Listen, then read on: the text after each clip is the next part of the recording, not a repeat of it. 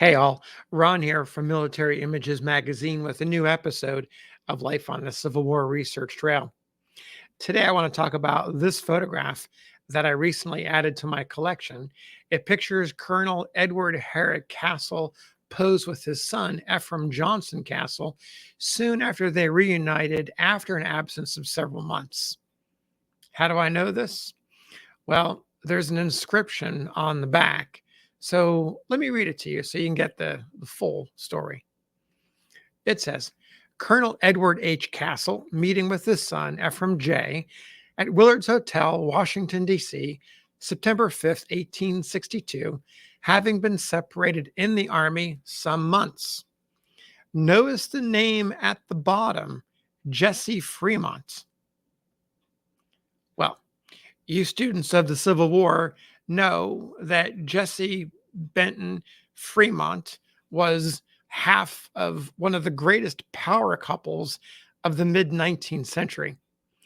Jessie and her husband, John C. Fremont, the pathfinder of the West, the first Republican presidential candidate in 1856, military man, major general during the Civil War, had a lot of impact on America as we know it today, popularizing the idea of the Pacific and California.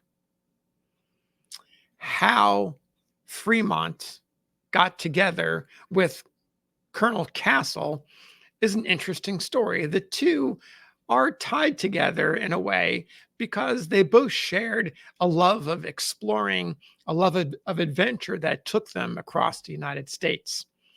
So let me tell you Castle's story so you can see how the two go together and how the two connected. Castle was born in 1811 in Amenia, New York.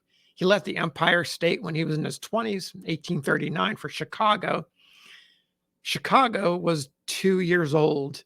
It had been incorporated in 1837, boasting a rapidly growing city, easy access to the Great Lakes and the Mississippi River for transportation of goods and services from the Midwest, which was just beginning to explode, the far West, which was in its infancy in terms of economic growth. Folks from around the country and the world were flocking to Chicago looking for fame and fortune. Castle was one of those people. He opens up a business on the far outskirts of town, far away from the central business district. And folks scoff at him at first because he's so far away. But it turns out that he was in the right place at the right time because the business district was growing so quickly, it rapidly caught up to him. The money was coming in quickly, flush with cash. Castle purchased as much real estate as he could afford. He expanded to grain, dairy cows, even speculated in real estate in Texas. But that wasn't enough. He was doing quite well. And then in 1849, the lure of fresh fortunes beckoned him to California. By February of 1850, he opens up the Illinois House Hotel in San Francisco. It becomes another thriving business, just like Chicago, repeating his Chicago experience. He's buying more real estate. He's consigning land. By the end of 1851, however, it's all taking a toll on Castle's health. And he leaves California, leaves the Pacific coast, and returns to Chicago to recuperate. Around this time, he begins to turn his attention to railroads in the Chicago area, and his interest in railroads, his location in the Midwest, soon makes a connection to the Fremonts and to the United States Army. There's a profile of Castle who is known at this time as Captain Castle. It appears in an 1894 book called The Story of Chicago. I want to read you a passage because it will give you a good idea of what happened. Quote, at the beginning of the war, Captain Castle was engaged in building a railroad in Missouri to be called the Mississippi and Missouri River Airline, for which he was to receive $7 million. When Southern raiders under James Greene, who became a noted general later on, drove away Castle and his 4,000 workers from the railroad, Castle took all of the men to St. Louis, where they almost all enlisted under Major General John C. Fremont. Fremont made Captain Castle a colonel on his staff and superintendent of railroads for the Western Department. Castle devised a government railroad tariff system that was enacted by Congress and enforced throughout the war, and for which he received letters of thanks from both houses.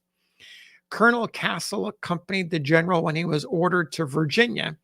That was in early 1862, after Fremont had fallen afoul of the Lincoln administration. Castle, due to his work in the western part of Virginia and in Pittsburgh, making transportation smooth, bringing in boats to ford rivers, he was dubbed by the soldiers as Colonel Pontoon. The author of the book adds, quote, Colonel Castle's estimate of General Fremont places that brave commander second only to General Grant. Mrs. Jessie Benton Fremont holds a high position also in his esteem as a noble and competent woman. So there's a connection between Castle and Jessie Benton Fremont. By the time Benton and Fremont meet up, and she writes that note on the back of the photograph that clearly was given by Castle to Fremont. Fremont is residing in New York City. He's waiting. General Fremont is waiting for a new assignment that never comes because the War Department has really become disenchanted with him. Castle, however, appears not to have been impacted by Fremont's negative fate. In this photograph, as you can see, Castle is wearing his colonel's uniform. He places a loving hand on 17-year-old Ephraim's shoulder and shakes the boy's hand. Ephraim, by the way, if you look closely, he appears to be wearing an enlisted soldier's frock coat, though I found no evidence that he served in the military.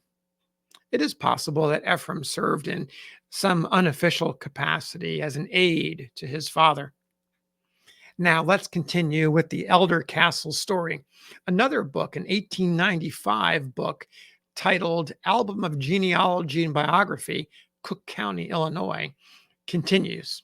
Quote, after the surrender of Vicksburg, Colonel Castle contracted to furnish General Grant's army with 28,000 tons of ice, which was done with considerable difficulty on account of the fall of water in the Mississippi River, necessitating the employment of railroad transportation a part of the way and reshipment by boat at Cairo. When the ice was delivered at Vicksburg, General Grant thanked Colonel Castle with tears in his eyes, and the town was illuminated in celebration. Colonel Castle was sent by the President, Lincoln, to confer with General Banks, Nathaniel Banks, at New Orleans concerning the contemplated Red River expedition. But Banks spurned the advice of Colonel Castle, who showed him the disaster that was sure to result from his plans. And the result proved the wisdom of Colonel Castle's conclusions based upon his long experience in travel and navigation. At the war's end, Castle returned to Chicago and resumed the real estate business. So that's the end of the profile.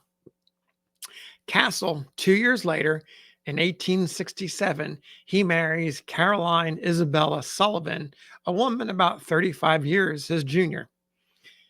Castle's first wife and Ephraim's mother, also named Caroline, had died in 1847 when Ephraim was just a little boy.